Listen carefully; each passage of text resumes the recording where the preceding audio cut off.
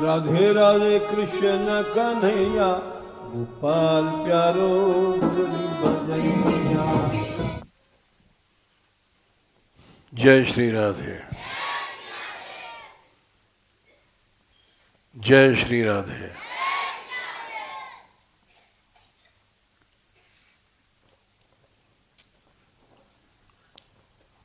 अभी हम बैठे थे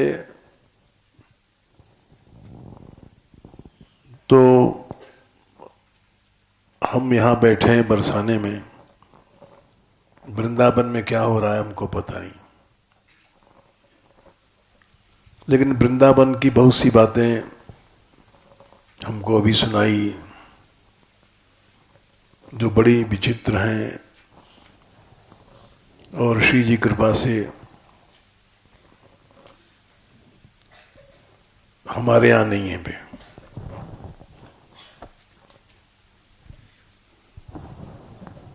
चारों ओर दंभ फैल रहा है, दिखावापन।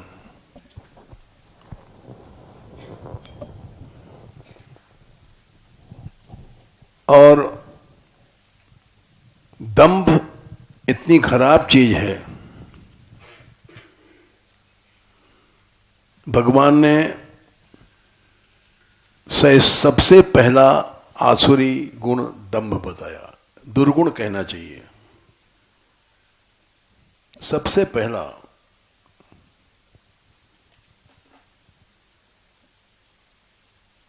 16वें अध्याय में जहां संपत्तियों का वर्णन आता है,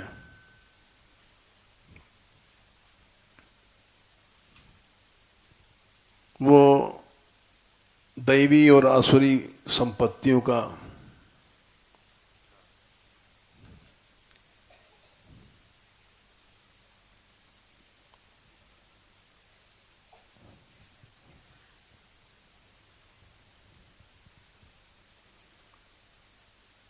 चौथे श्लोक से आसुरी संपत्ति शुरू होती है।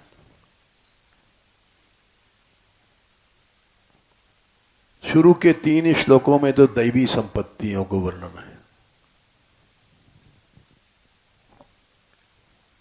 दैवी संपत्तियों को भगवान ने 3 ही श्लोक में वर्णन किया।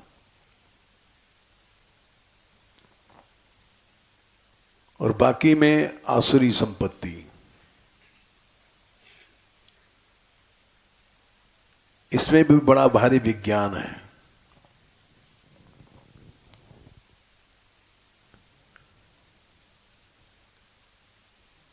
दंभ नहीं हो, दैवी संपत्ति केवल 3 श्लोक में है।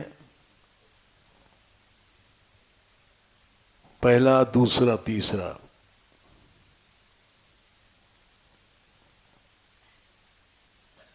और आसुरी संपत्ति शेष सभी श्लोकों में है। बल्कि कहना चाहिए सारे अध्याय में है।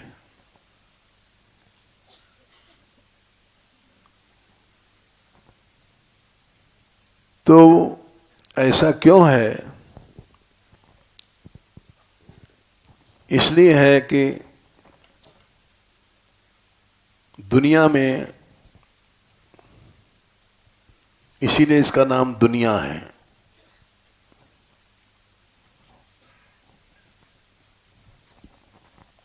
यहां विकृतियां ज्यादा हैं।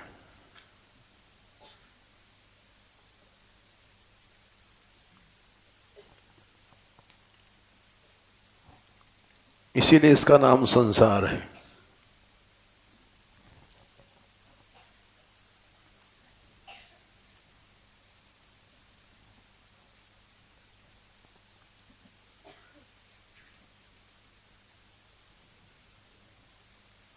क्या है? नहीं नहीं नहीं, रुको। संसार में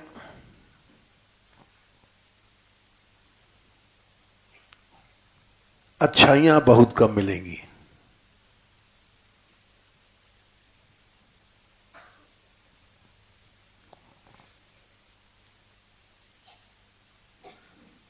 इस बात को बड़े अच्छे ढंग से कौशल्या जी ने कहा है। अयोध्या कांड में 281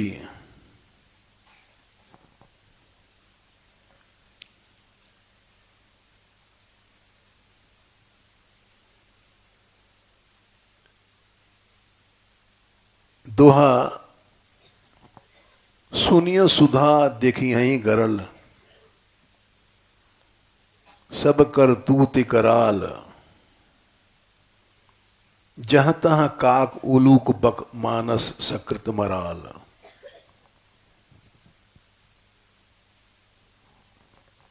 ये संसार का स्वरूप है। अमृत तो सुना ही जाता है कि अमृत है कहीं, और गरल दिखाई पड़ता है। चाहे चारों ओर समाज में, आदमियों में जहर फैला हुआ है।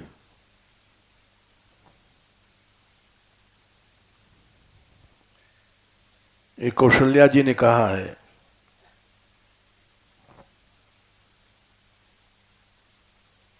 सुनैना जी से,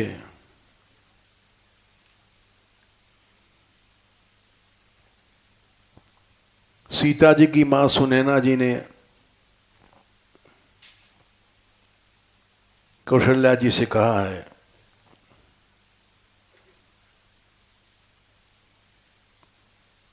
कि वे, हे देवी, अमृत तो सुनाई ही पड़ता है पुस्तकों में, और जहर दिखाई पड़ता है।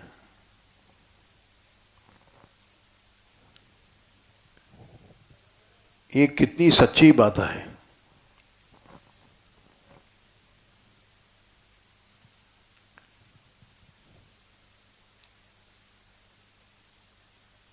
सब करतूत कराल, और जितने संसार में कार्य देखे जाते हैं कराल भयंकर हैं।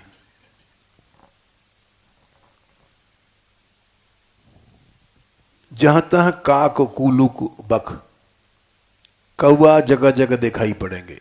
हर गांव में चले जाओ भारतवर्ष की या कहीं भी, उल्लू दिखाई पड़ेंगे सारे संसार में।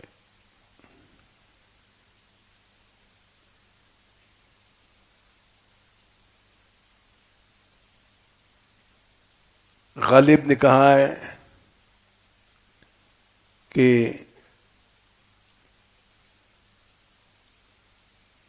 गालिब बेवकूफ या उल्लुओं की कमी नहीं, दुनिया में एक ढूंढो हजार मिलते हैं।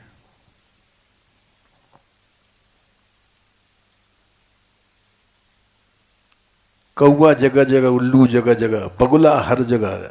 देखो यहां हर खेतों में बगुले मिलेंगे। हम तो मानगढ़ से देखते रहते हैं, चारों ओर बगुले बगुले हर खेत में।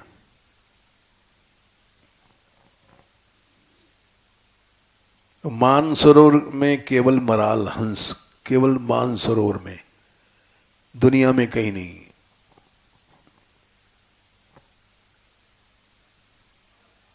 दुनिया में जगह जगह कौवे और उल्लू मिलेंगे।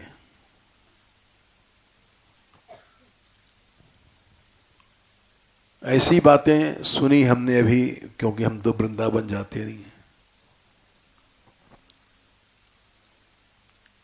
भागवत की पाठशालाएं जगह जगह हैं वहां।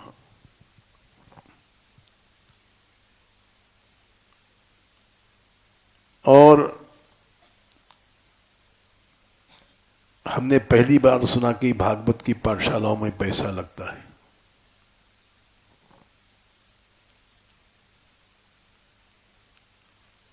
हम समझते थे फ्री पढ़ाई होती है भागवत की।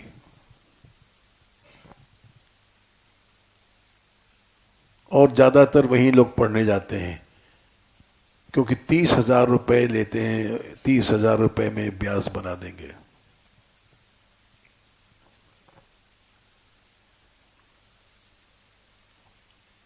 कुछ श्लोक रटा देते हैं और हिंदी की कथा बता देते हैं और जाओ भागवत पंडित बन गए।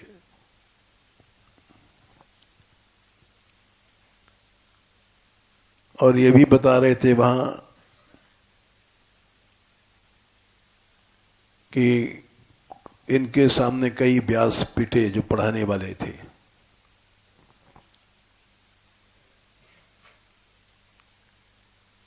क्योंकि जो पढ़ने वाली हैं बेचारी, जैसे स्कूल में पढ़ाई होती है, फीस दिया उन्होंने, अब पढ़ना तो पड़ेगा ही। और जगह जाएंगे तो वहां दोबारा फीस लगेगी। और उनको भागवत सप्ताह के वक्ता बनना है।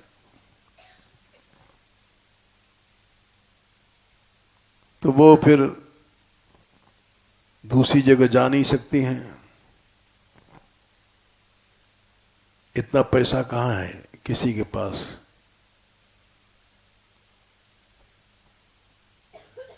पैसा भी देते हैं और शील भंगी भी कर देते हैं।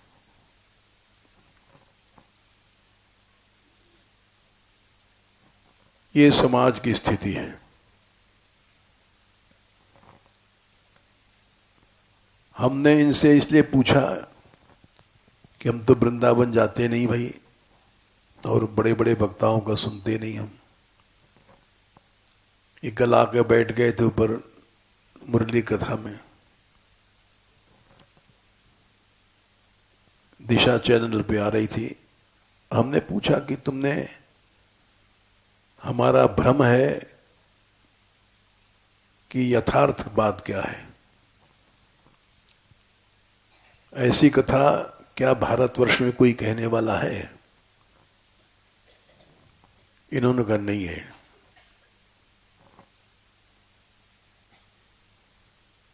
सब जगह दंभ है। जा रहे हैं कथाकार, नए नए व्यास तैयार हो रहे हैं तो 4-5 बाजे वाले,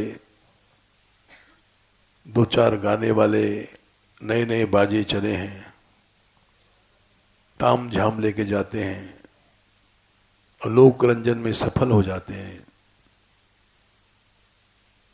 और जनता वही पसंद करती है।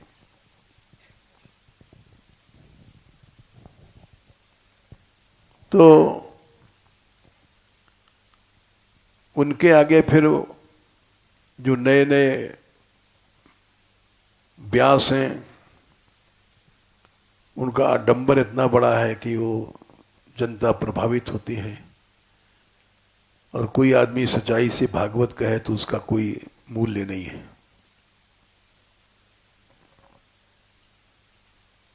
दुनिया आडंबर चाहती है।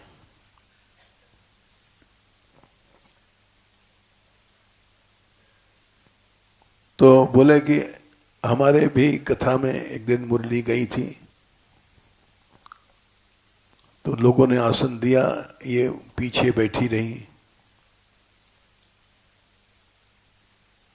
और ऐसा ग्रंथ लिखा है जो आज तक किसी ने लिखा नहीं है।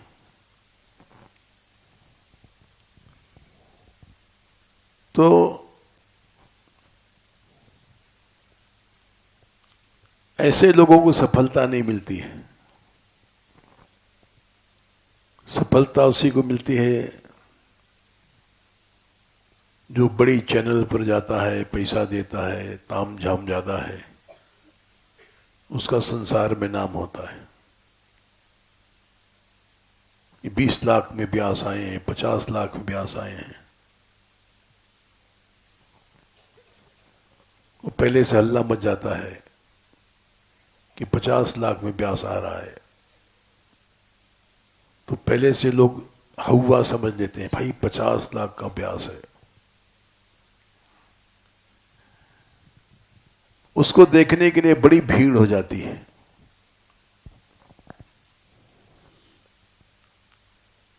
व्यास को देखना नहीं, 50 लाख का व्यास है। ये सब सुन रहे थे और यहां तक सुना हमने कि 5,000 किसी ने नहीं दिया, किसी लड़की ने तो उसको निकाल दिया गया। 5,000 पूरे और लाओ, 30,000 में 5,000, तब हमारे पाठशाला में पढ़ सकते हो, नहीं चली जाओ।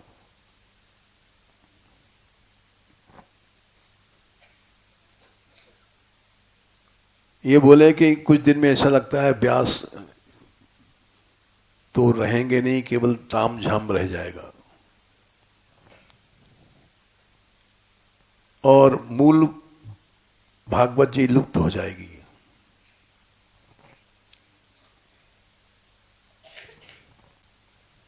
चारों ओर दंभ का राज्य है।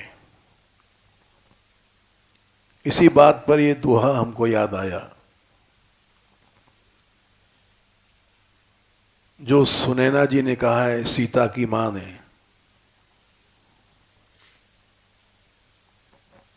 कौशल्या से कहा है, हे देवी, अमृत तो सुनाई ही पड़ती ही कहीं अमृत है, लेकिन जहर गली गली दिखाई पड़ रहा है। हर घर में जहर है, हर घर में लड़ाई है, हर घर में झगड़ा है।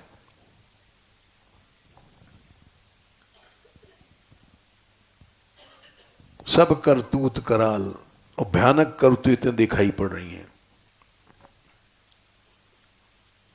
चारों ओर कौवे उल्लू बगुले घूम रहे हैं।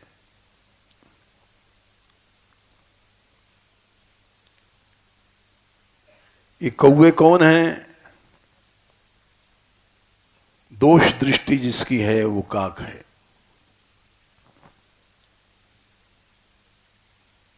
एक कटोरी में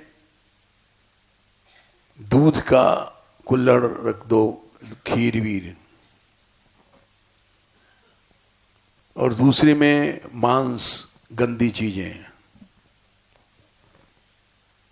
और हंस को और कौवे को छोड़ो तो हंस को तो केवल वो खीर दिखाई पड़ेगी दूध की, और कौवे को केवल मांस, गंदी चीजें दिखाई नहीं पड़ेगी उसको।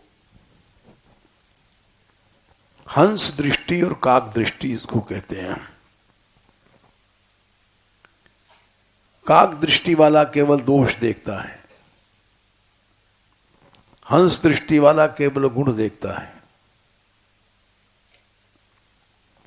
तो कौवे तो चारों ओर हैं, दोष दृष्टि देखने वाले।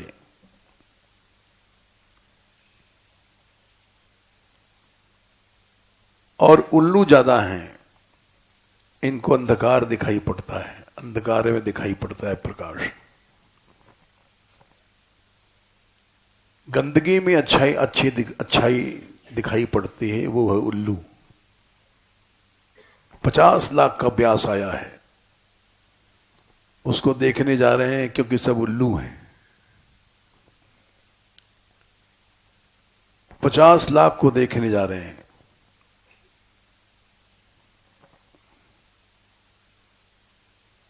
और बाकी लोग बगुले हैं।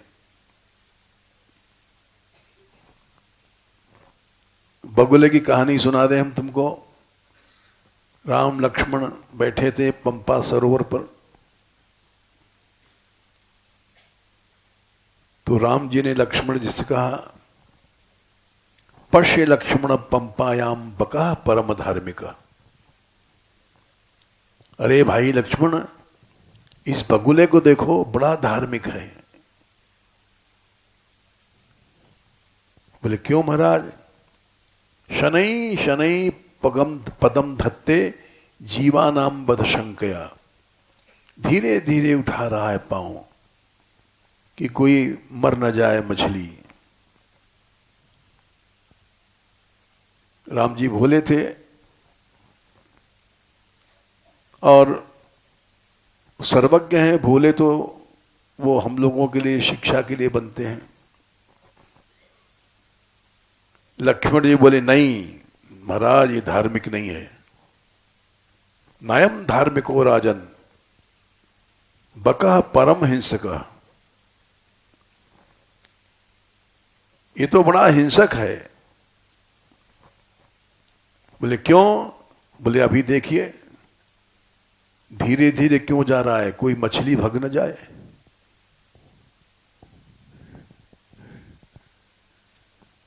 थोड़ी देर में उसने एकदम चोंच मारा, एक मछली पकड़ के खा गया।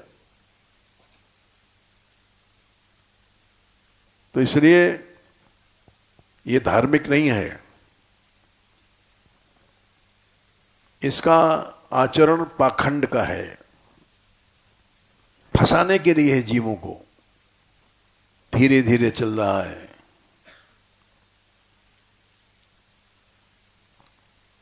और एकदम मार खा जाएगा।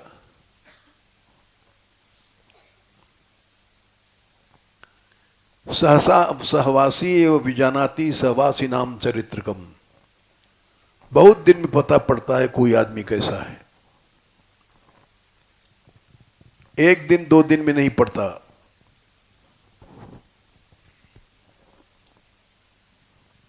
इसलिए बगुले की भक्ति को देख करके प्रभावित होने वाले बेवकूफ हैं।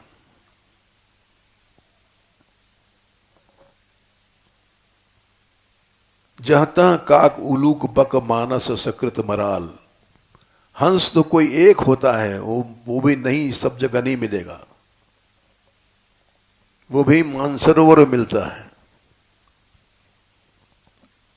हंस कहीं तालाबों में, गंदे पोखरों में, खेतों में हंस नहीं मिलेंगे। साधवा नहीं सर्वत्र चंदनम न बने बने। साधु भी सब जगह नहीं मिलते हैं। जेते हरि के धाम काम क्रोध क्रीड़ा करें, भगवत ऋषि की लिखा है। भगवत धामों में काम क्रोध ज्यादा है। भगवत या कलिकाल में कहो जीव कैसे तरें। कैसे जीवों को उद्धार हो सकता है?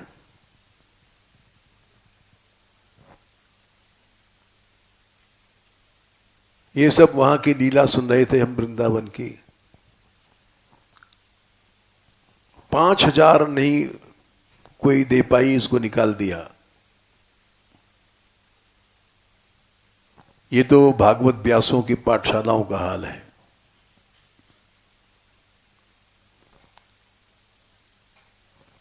$30,000 फीस है गारंटी से भागवत सप्ताह पंडित बनाने की।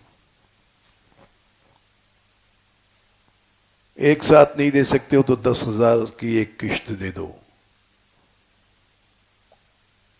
दूसरी किश्त थोड़ी दिन बाद 20,000, तीसरी किश्त 30,000। और उसमें कुछ नहीं, हर अध्याय के एक एक दो दो श्लोक रटा देंगे, अर्थ बता देंगे, और पंडित जी उन श्लोकों को गाते हैं और सप्ताह पंडित बने घूमते हैं।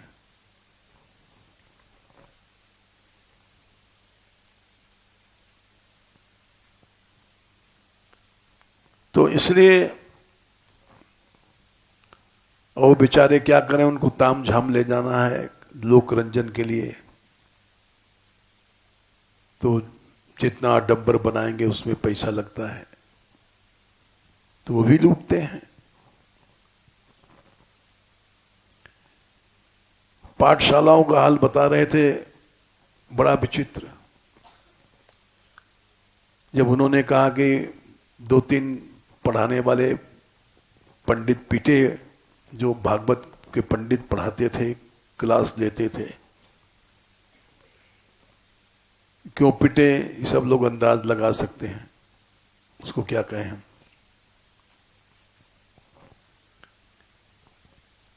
पाठशालाओं की स्थिति देख करके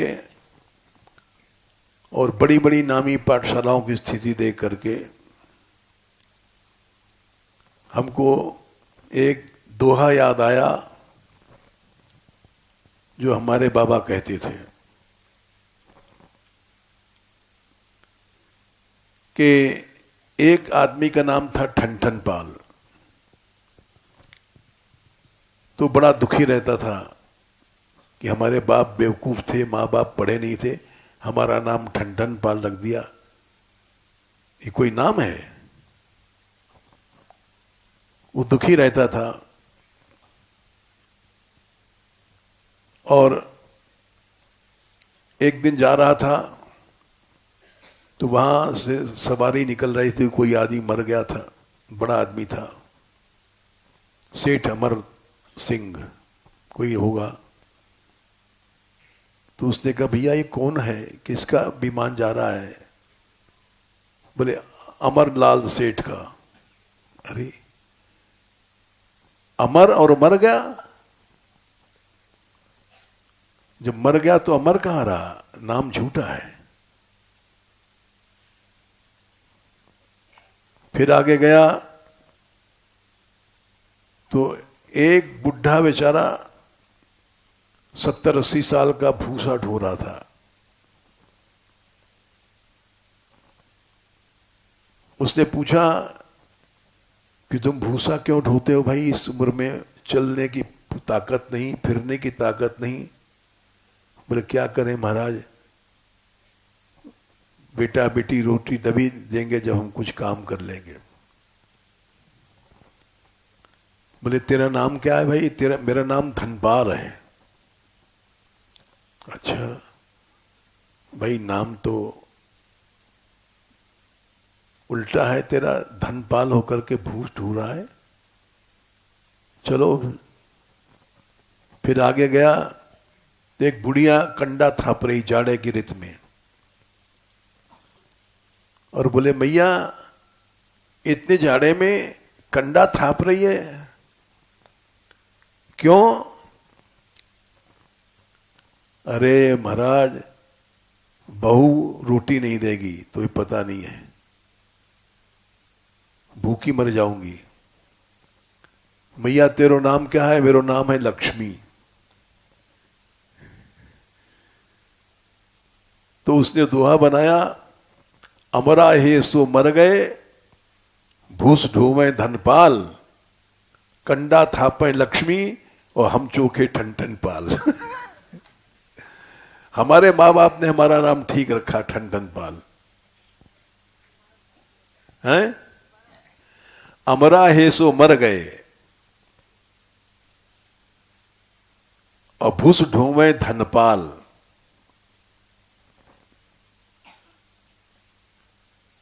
कंडा बीने लक्ष्मी, हम चोखे ठनठन पाल।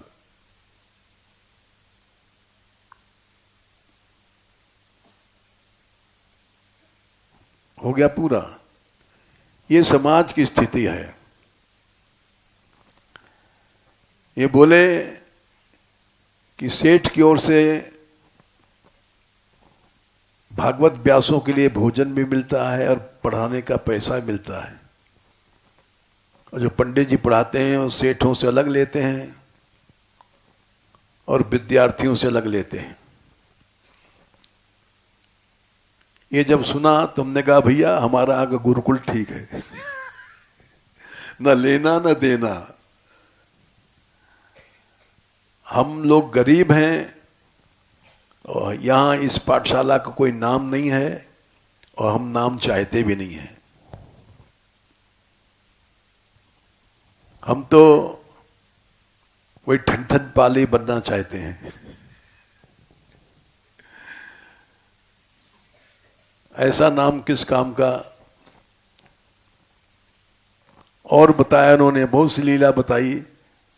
उस पाठशाला में इतना लिया जाता है, उस पाठशाला में वो दिखाते हैं कि हमारे यहाँ इतने विद्यार्थी हैं, इनका भोजन का ये खर्च है, इनका ये खर्च है। और बाहर के बेचारा आया है पैसे वाला, देखता है इतने विद्यार्थी बैठे हैं तो देता है। और विद्यार्थी से पूछने कौन जाता है कि तुमको क्या मिलता है। आश्रमों में भी यही है। हमारे यहां इतने साधु हैं, 20 होंगे तो बताने 500, और इनको निःशुल्क भोजन दिया जाता है। ये सब विकृतियां देख करके ये दोहा याद आया, सुनी सुधा देखी यहीं गरल, चारों ओर समाज में गरल जहर है।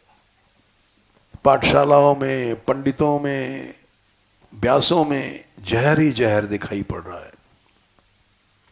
सब करतूत कराल, भयानक करतूतियां हैं। चारों ओर कौवा, उल्लू, बगुला, जो परम हिंसक है, जिसको लक्ष्मण जी ने बताया कि समाज में जो परम हिंसक है, नयम धार्मिको राजन बर बका परम हिंसक, सहसा सहवासी विजनाति सहवासी नाम चरित्रकम। तो जब वो रानी सुनैना ने ये बातें कही,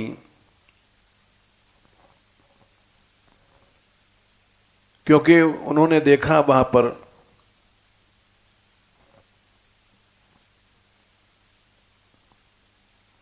कौशल्या जी को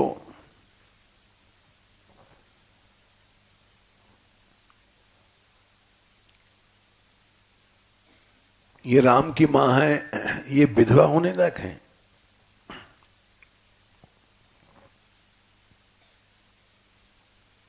तो उनके आंखों में आंसू भर आए।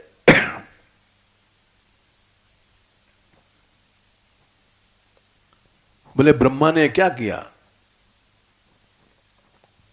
एक मीरा जी ने पद लिखा है,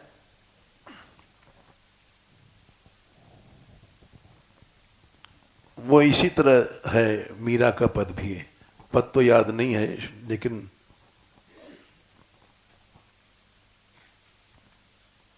एक दो कड़ियां याद हैं।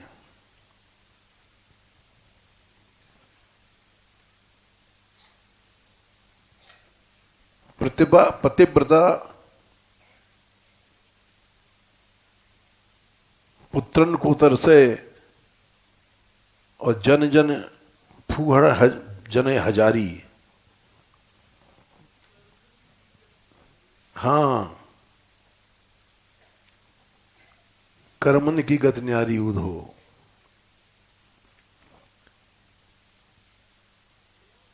हाँ ले आओ, क्योंकि हम अपने यहां के गुरुकुल की बात कर रहे थे।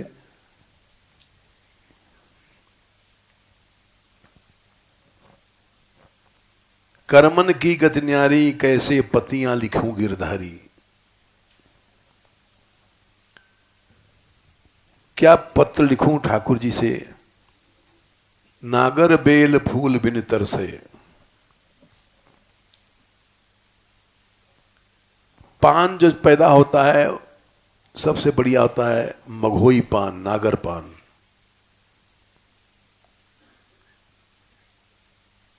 और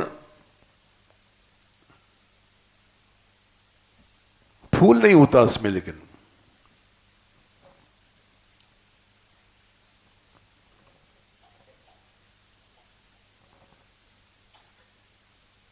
इसके कई अर्थ हैं। लोग नागर बेल के लिए तरसते हैं जिसमें फूल नहीं होता, केवल पत्ते पत्ते होते हैं।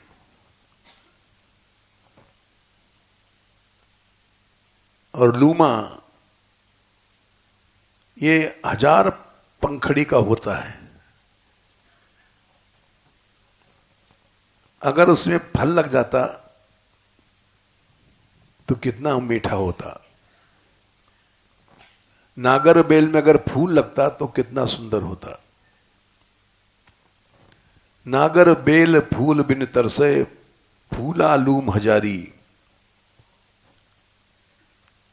1000 फूल वाला लूम लूम है, उसमें सुगंधी नहीं है।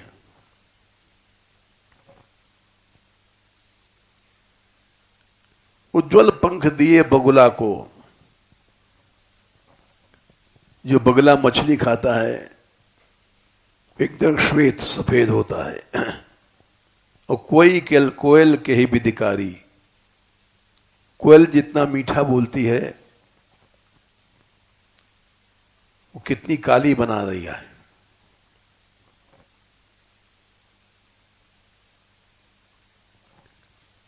अगर कोयल सुंदर होती तो सब लोग उसको पालते, सम्मान करते।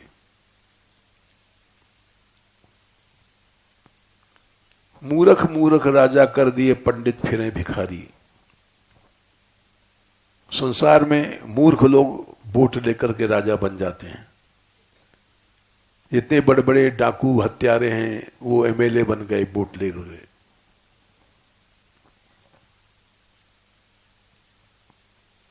पतिव्रता नारी पुत्र बिन तरसै। पतिव्रता है, उसके बच्चा कोई नहीं है। और फूहड़ जन जन हारी। फूहड़ जो है उसके जने 20 बच्चे हैं, हर साल बच्चा हो जाता है। बड़े बड़े नयन दिए मृगा को। सबसे सुंदर नेत्र हिरण के होते हैं, बड़े बड़े नेत्र। और बन बन फिरत उघारी, अनंगी घूमती जंगलों में। इतने सुंदर नेत्र हैं और उसको बेचारी को वस्त्र नहीं, लज्जा नहीं। और नदी को मीठो पानी, समुंदर के ही बिदखारी। समस्त नदियां मीठी हैं और समुद्र जो संसार का लिए पानी देता है, समुद्र से ही बादल बनते हैं। बादल से पानी जाता है नदियों में, कुओं में। सारे संसार को जल देने वाला है समुद्र। जलधिनाम है, जलानि धीयन्ते अस्मिन्। जिसमें जल ही जल रहता है, संसार को का प्राण। नीरधि, पानी जिसमें रहता है और कहीं नहीं संसार में। दुनिया में जहां भी पानी आता है समुद्र का है। और वो तो खारा बना दिया ब्रह्मा जी ने। और नदी को मीठो पानी, समुंदर की कीनी खारी। मीरा के प्रभु गिरधर नागर, हरिचरण बलिहारी।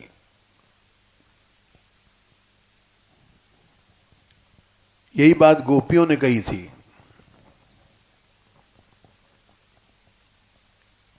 अरे ये वो ब्रज है जिसमें भगवान की रसमयी प्राप्ति बड़ी सरल है। और इसीलिए इस ब्रज का सम्मान है। गोपी गीत में पहला श्लोक है, जयति तेधिकम जन्मना ब्रज। आपके जन्म लेने से, अवतार लेने से इस ब्रज की महिमा बढ़ी। और इतनी बढ़ी कि महालक्ष्मी बैकुंठ को छोड़ करके यहां आकर के रहने लग गई। श्रत इंदिरा शाश्वत रही, और सदा की न छोड़ दिया। शाश्वत माने 1 घंटे के लिए नहीं छोड़ा, अनंत काल के लिए वैकुंठ छोड़ दिया। और उसको छोड़ करके इस ब्रज का आश्रय करती है। यानी भगवान के रसमयी प्राप्ति ब्रज में बड़ी आसान है, सरल है। और उसी ब्रज में दैत्य दृश्यताम, हे दैत्य मने प्यारे, तुम देखो। दिक्षु मने अनेक दिशाओं में। ऐसा नहीं कि एक दिशा में। पूरब जाओ, पश्चिम जाओ, उत्तर जाओ, दक्षिण जाओ। 4 दिशाएं, 4 कोण हैं, 4 4 8। एक ऊपर एक नीचे, 8 2 10 दिशाएं होती हैं।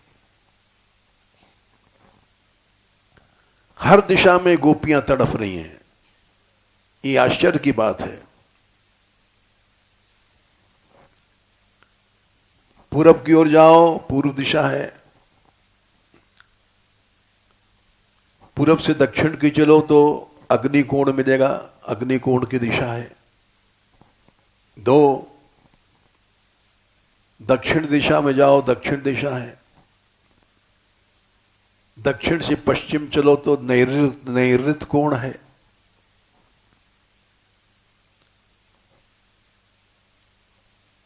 नैऋत्य के बाद फिर आगे चलो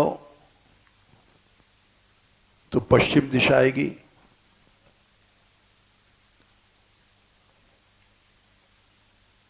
इसी तरह से वायव्यादि कोण है।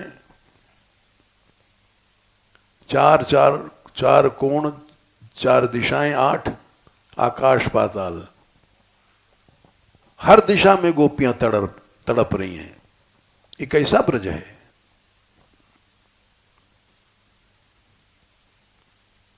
क्यों तड़प रही? त्वयि धृता सुबह, आपके लिए उन्होंने प्राणों को धारण कर रखा है, नहीं तो अभी छोड़ दें।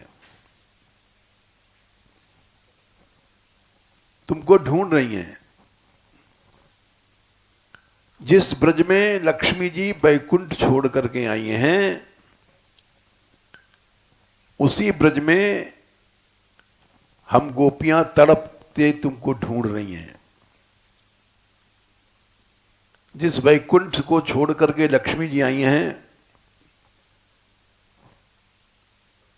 और उसी ब्रज में हम लोग तड़प रही हैं, ये क्या विरोधी बात है? ये अच्छी बात तो नहीं है।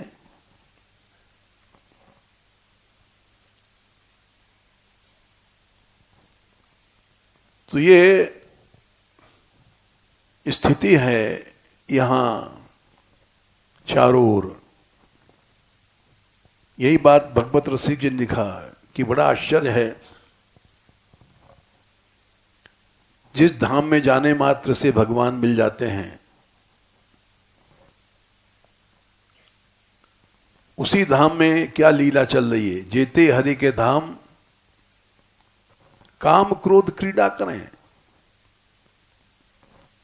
भगवत या कलिकाल में कहो जीव कैसे तरें। भगवत धामों में यह हालत है,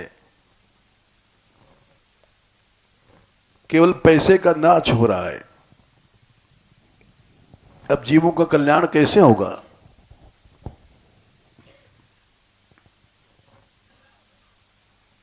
बहुत से पद उन्होंने लिखे हैं, जगत में पैसन ही की माण, गाली तक दिया उन्होंने। पैसा बिना गुरु को जो चेला, खसमे छाणे राण।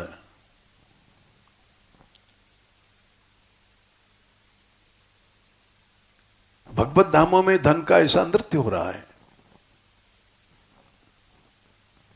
धनम च धर्मई के फलम यतो वही ज्ञानम सविज्ञानम अनुप्रशांति। गृहेषु युञ्जन्त कलेवरस्य मृत्युम न पश्यन्ति दुरंत वीर्यम। एकादश स्कंद में कहा है 5 का 12 है।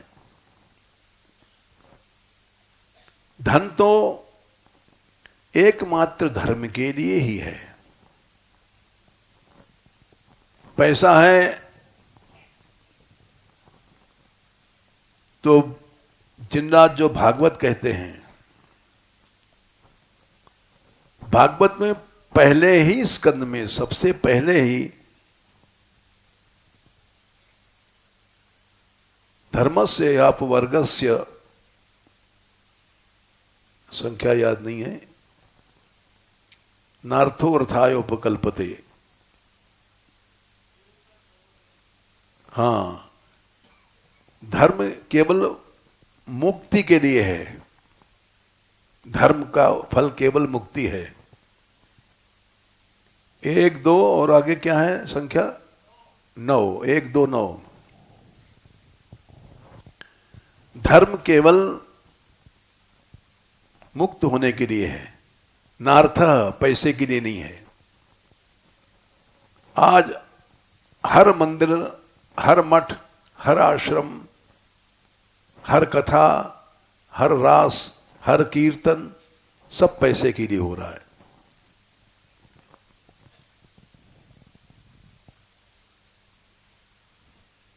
तो ये उल्टा हो रहा है। धर्मस्य ह्यापवर्गस्य, धर्म को तो केवल पैसे से छूट जाए, तृष्णा से छूट जाए, इसलिए धर्म बनाया गया। धर्म का लक्ष्य पैसा नहीं होना चाहिए। अगर पैसा है तो धर्म खोखला है। धर्मस्य अपवर्गस्य नार्थो अर्थाय, अर्थ माने पैसा, उसका धर्म का फल नहीं है। अगर पैसा आ गया, चाहे अपनी कमाई से आया, चाहे भगवत इच्छा से आया, चाहे कहीं कथा से आया, कीर्तन से आया, तो उस पैसे को हम व्यास जी उसके मालिक नहीं हैं। कीर्तन करने वाला पैसा लेता है, कीर्तन नहीं लेना चाहिए।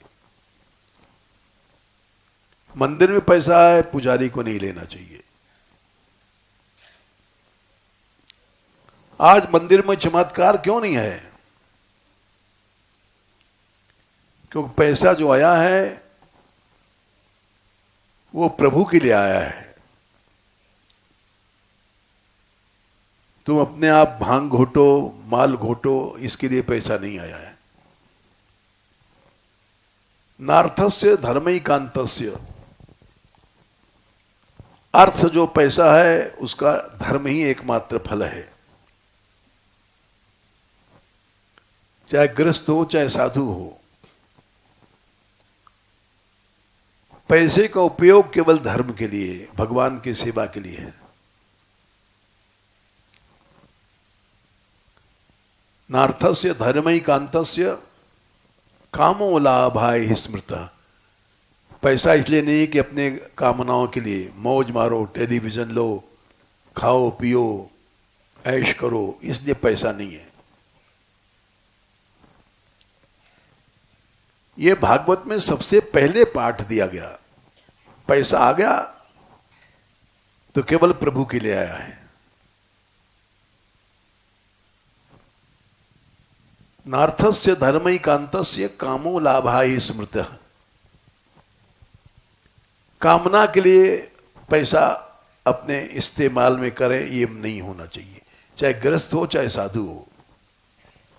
ऐसा नहीं कि कल साधुओं के लिए कहा गया है। पैसा कहीं भी आ गया है तो केवल धर्म के लिए है।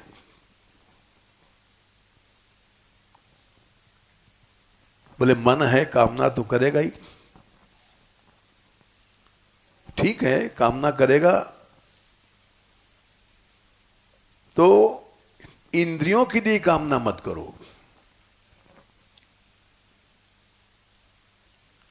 अच्छा खावें, अच्छा पहनें, अच्छा भोगें। कामस्य इंद्रिय प्रीतिर, बोले फिर क्या मर जाएं? नहीं, लाभो जीवेत यावता, उतने ही खाओ जितना जीवन, मरो नहीं, जीते रहो। बाकी जो लोग संसार है वो चोर है। हर आदमी चोर है। पंडित चोर, साधु चोर, महंत चोर। बोले कैसे कह रहे हो? बोले भागवत कह रही है। यावत ब्रीज भ्रियेत जठरम, 7वें स्कंद में ये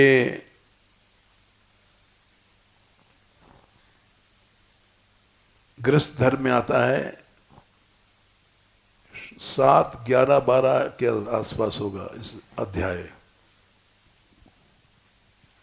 तावत स्वत्तम ही जे इनाम, जितना में तुम्हारा पेट भर गया है। 7, 14,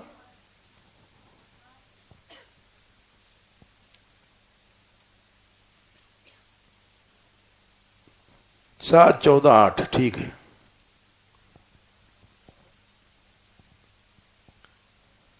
इस श्लोक के अनुसार हर आदमी चोर है। जितना में तुम्हारा जठर माने पेट गड्ढा भर गया, उतना ही तुम्हारा अधिकार है। इससे ज्यादा तुम अपना समझते हो तो तुम चोर हो। साफ साफ कह दिया, सस्तेना, और दंड मिलेगा तुमको। दंड क्या मिलेगा? माया में भटकते रहोगे। ये दंड है।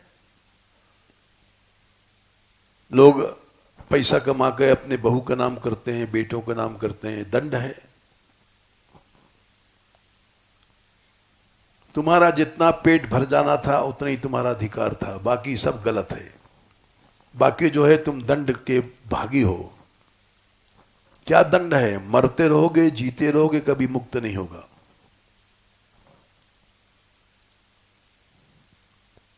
धनम च धर्मई के फलम यतो वै ज्ञानम सविज्ञानम अनुप्रशांति। 11वें स्कंद में संख्या क्या है?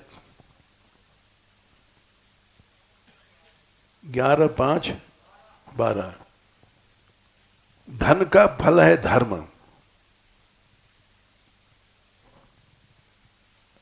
बोली तो बड़ी बेवकूफी है, सब पैसा कमाया धर्म में लगा दिया, तो हमको क्या मिला?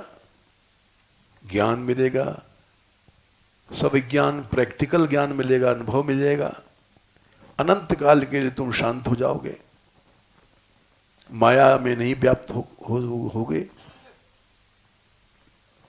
अगर इस रास्ते से चलते हो तो धनम च धैर्यमय के फलम यतो वै ज्ञानम सविज्ञानम अनुप्रशांति। इस रास्ते से नहीं चलते हो तो गृहेषु युञ्जन्ति कलेवरस्य। गृहस्थी है तो अपने बेटा बेटियों के लिए जोड़ता है, बहू के लिए जोड़ता है। गृहेषु बहुवचन है। और विरक्त है तो कलेवर ने भांग, ठंडाई, माल पूड़ी, लड्डू, कचौड़ी, कलेवर बने शरीर के लिए करता है। इसका फल क्या है? मृत्युम न पश्यन्ति दुरंत वीर्यम। इसका फल है कि सबसे बड़ा मृत्यु तुमको कभी नहीं छोड़ेगी। बार बार जन्मोगे मरोगे, जन्मोगे मरोगे, मृत्यु से नहीं छूट पाओगे। ये बात यहां 7, 14, 8 में कहा। तुम्हारा जितना पेट भर गया उतना ही तुम्हारा अधिकार था। इससे ज्यादा तुम संग्रह करते हो तो तुम चोर हो और तुमको दंड मिलेगा। दंड क्या है?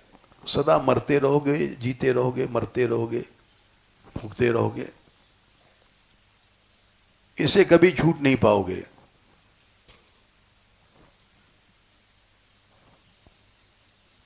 इसलिए भागवत में सबसे पहला पाठ ही किया गया। धर्म है तो पैसे के लिए नहीं है। पैसा आ गया मान लो तो वो धर्म के लिए है। नार्थस्य धर्मैकान्तस्य। कामनाओं के लिए, मौज मारने के लिए पैसा नहीं आया कि चाहे जहां इस्तेमाल करो, चाहे जैसी गाड़ी पर घूमो।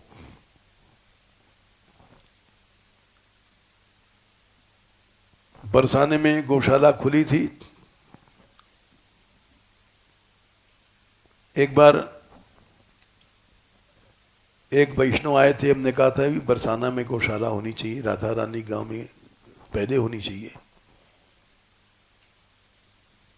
तो उन्होंने खोला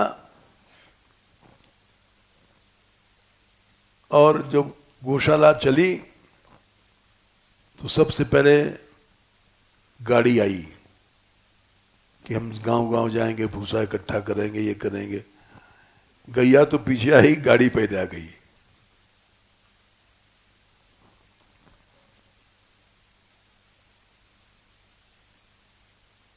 तो ये क्या है? ये विकृति है। नार्थस्य धर्मैकान्तस्य कामो लाभाय। अरे गौशाला खुली है तो कामनाओं के लिए नहीं खुली है कि तुम चाहे जो पैसे का उपयोग करो, दुरुपयोग करो।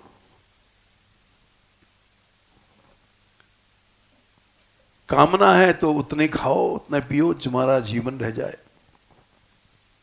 इंद्रिय प्रीति के लिए कामना नहीं है। फर्स्ट क्लास स्कूटियां बनाते हैं हम लोग। अरे हम ही लोग हैं दोषी भाई, हम औरों के नहीं कह रहे हैं। किसी समय कुटिया में रहते थे, नीचे झोपड़ी में, अब देख लो हॉल बन गया है।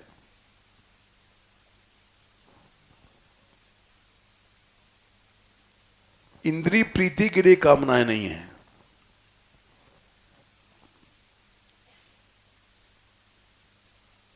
संत थे कबीरदास जी,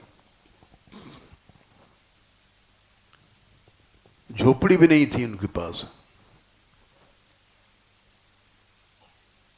पानी बरस रहा था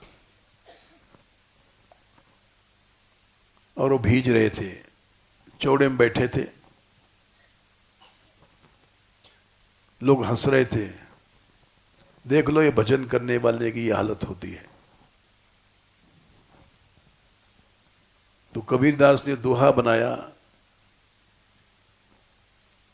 गगन गरज बरसै अमी,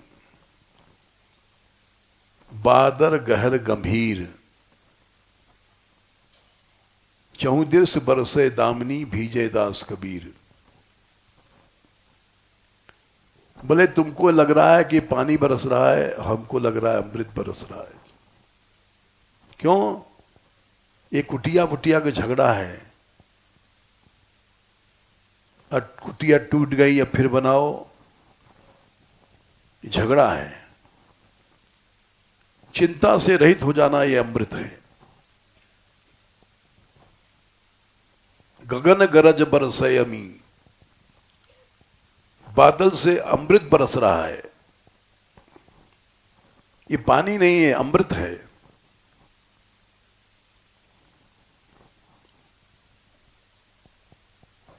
बादल गहर गंभीर, घनघोर घटाएं हैं, चारों ओर से बिजली चमक रही है, 14 बल से जाम दामिनी, और कोई दास भगवान का भीगता है। तुम लोग अभागे हो जो कोठरियों में बंद हो, भीजे दास कबीर। तो कामस्य नेन्द्रिय प्रीतिर लाभो जीवेत यावता, जितने में जीवन तुम्हारा, मरो नहीं, उतनी खाओ, उतना ही पियो, उतना ही लो, उतना ही पहरो। भाई बिना खाए तो मर जाओगे। लाभो जीवेत यावता। बोले जीवन किस लिए है? इसलिए नहीं कि फिर आगे संसारी काम करो। जीवस्य तत्व जिज्ञासा, इसलिए जिया जाए कि तत्व भगवान है। तत्व क्या है? भगवान। उसको हम लोग जाने, पाएं, ढूंढें, इसके लिए जीवन मिला है। साधन धाम मोक्ष कर द्वारा। ये मनुष्य शरीर इसलिए नहीं मिला है कि मौज मारो, लड्डू पूड़ी खाओ, भोग भोगो। ये साधन करने के लिए धाम, ये शरीर मिला है। ये मोक्ष का दरवाजा है। अगर इस दरवाजे में तुम नहीं घुसे तो हमेशा बंद रहोगे। एक हवेली थी जिसमें 84 लाख दरवाजे थे। कोठरियां थी समझो। हर कोठरी में दरवाजा बंद था। जिस कोठरी में घुस जाओगे निकल नहीं पाओगे। एक कोठरी ऐसी थी जिसमें दरवाजा था। कोई अंधा घुसा, हर कोठरी में धक्का मारता था, दरवाजा नहीं है, तुम लौट आता था। और 83,99,900 कोठरियों में घूम आया। आखिरी कोठरी में जिसमें दरवाजा था, उसने सोचा अब जब इतनी हम देख आए हैं, दरवाजा नहीं है तो इसमें भी नहीं होगा। धक्का नहीं मारा, अगर धक्का मारता तो उसमें निकल जाता।